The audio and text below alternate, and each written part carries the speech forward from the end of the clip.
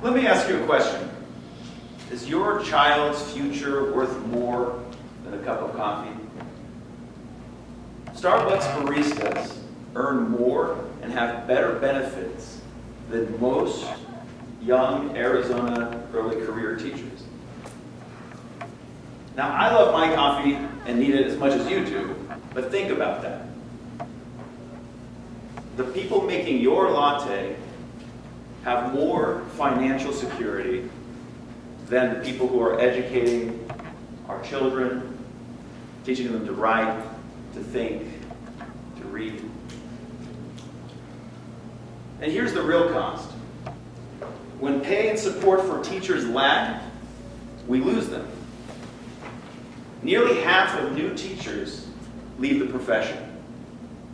69% of teachers recently surveyed said that they were likely or thinking about leaving the profession. And the highest reason for that was pay. Now, my name is Scott Saline, and I'm a consultant in the electric utility industry, but this is my second career. My first career was as a teacher. In 2018, I was among the 16% of teachers who left the profession here. And during my 8 years as a teacher, I loved it. I mean, it was difficult. All the things you hear about in terms of needing support and having to deal with parents was absolutely true and real. But because I came from great teachers, that was really the great blessing of my life. At every stage, I had a great teacher, and so I felt extremely prepared and excited to teach.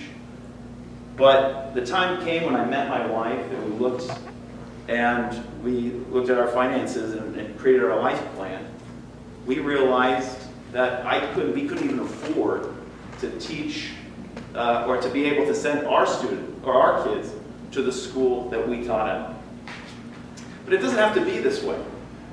School districts around the nation are finding ways of retaining teachers.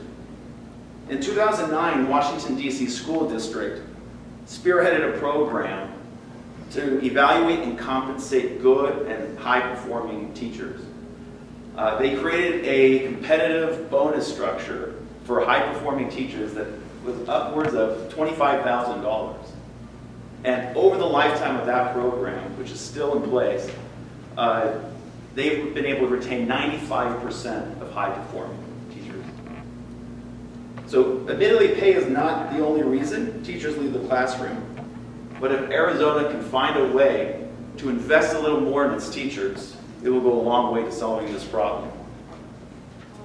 Now, there's nothing wrong with a barista doing well, but we also shouldn't accept that our teachers have to take a vow of poverty. Our students' future is worth more than a cup of coffee. So investing in keeping great teachers in our classroom should be Arizona's highest priority. Thank you.